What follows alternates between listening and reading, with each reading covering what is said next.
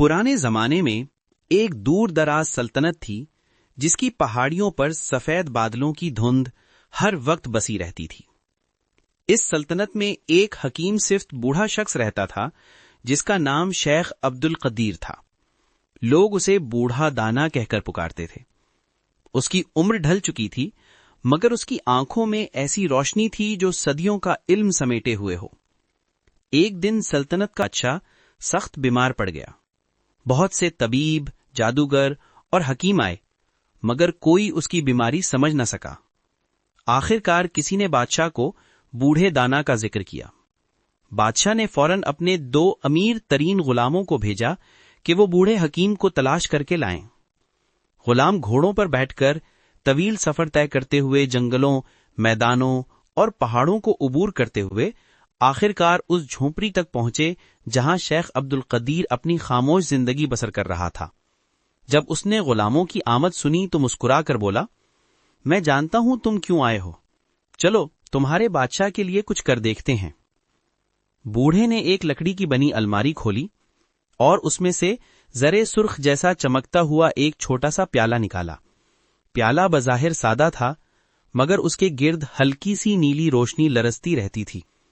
बूढ़े ने वो प्याला दोनों हाथों से उठाया और गुलामों की तरफ बढ़ाया और बोला, इस प्याले में वो ताकत है जो बादशाह को जिंदगी वापस दे सकती है। मगर वो रुका, जैसे अल्फाज का वजन तोल रहा हो। मगर ये प्याला सिर्फ उस शख्स के हाथ में काम करता है जिसका दिल पाक हो, लालच से खाली हो और जो दूसरों के दर्द को अपना दर्द समझता हो।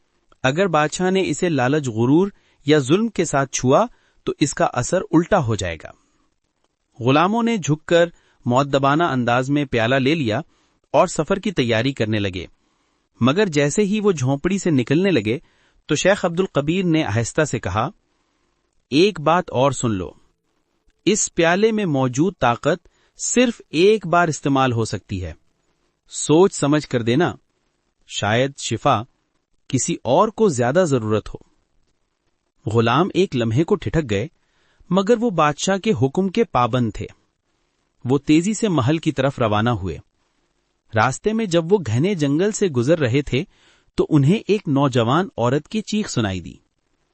वो दोनों ने घोड़े रोके और देखा कि एक औरत एक छोटे बच्चे को पकड़े रो रही है। बच्चा बेजान पड़ा था, सांसें ना होने के बराबर थीं।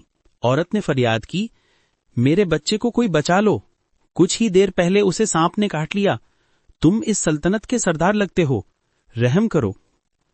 दोनों गुलामों ने एक दूसरे की तरफ देखा। उनके हाथ में बादशाह के लिए शिफा का वाहिद जरिया था।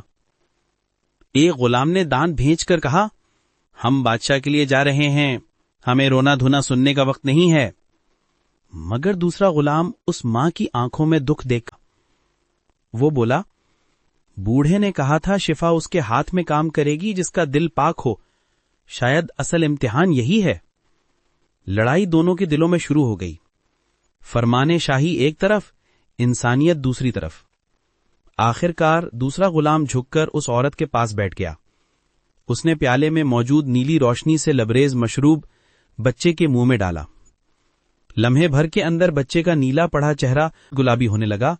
उसने आंखें खोलीं, मां चीखकर उसे गले से लगा लिया। गुलाम की आंखों में नमी उतर आई। मगर पहला गुलाम गुस्से से कांप रहा था। ये तुमने क्या किया? बादशाह मर सकता है। दूसरे गुलाम ने आहिस्ता से जवाब दिया, अगर बादशाह की जिंदगी एक बेगुनाह बच्चे से कीमती है तो फिर शायद वो बादशाही का हकदार ही नहीं। वो दोनों बच्चे और मां को छोड़कर आगे चल पड़े, मगर अब प्याला खाली था। महल पहुंचकर जब बादशाह ने सारा वाकया सुना तो वो चंद लम्हे खामोश रहा। फिर अचानक वो तख्त से उठा और दोनों गुलामों के करीब बुलाया। बादशाह ने गहरी सांस ली। जिस सल्तनत में एक बेगुनाह बच्चे की जान को मेरी जान के बराबर समझा जाए, वो सल्तनत कभी बर्बाद नहीं हो सकती। जिस गुलाम ने बच्चा बचाया, आज से वो गुलाम नहीं, इस सल्तनत का अमीर है। फिर बादशाह ने बूढ़े हकीम के अल्फाज दोहराए, असल शिफा प्याले में नहीं थी बल्कि रहम में थी। और तुमने साबित कर दिया कि इंसानियत बादशाही से बड़ी होती है। सल्तनत में जश्न हुआ। मां और बच्चा भी महल लाए गए। اور شیخ عبدالقدیر دور پہاڑی پر بیٹھا مسکرا رہا تھا جیسے اسے پہلے سے سب معلوم تھا۔ خلاصہ، یہ کہانی ہمیں سکھاتی ہے کہ اصل طاقت کسی جادوئی شے میں نہیں بلکہ نیت، رحم اور سچائی میں ہوتی ہے۔ وہ بادشاہ سب سے بڑا ہوتا ہے جو انسانیت کو اپنی جان سے زیادہ عزیز رکھتا ہے۔